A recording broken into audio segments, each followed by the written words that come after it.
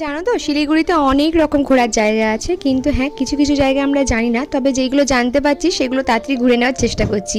এই যেমন প্রথমে গেছিলাম বেঙ্গল সাফারি, কিন্তু হ্যাঁ ওখানে না যেগুলো টিকিট মানে টাকা দিয়ে দেখার নয় সেগুলো আমরা দেখিনি, কারণ হ্যাঁ আমাদের মাথা পিছু বলছিল 400 করে লাগবে, তো সেই কারণে আমরা না দেখেই চলে এসেছিলাম এই বুদ্ধা মনেস্ট্রিটা। এটা এত ঠান্ডা না ভেতরে গিয়ে, আর এই জায়গাটা না এত সুন্দর, কিছু বলার নেই।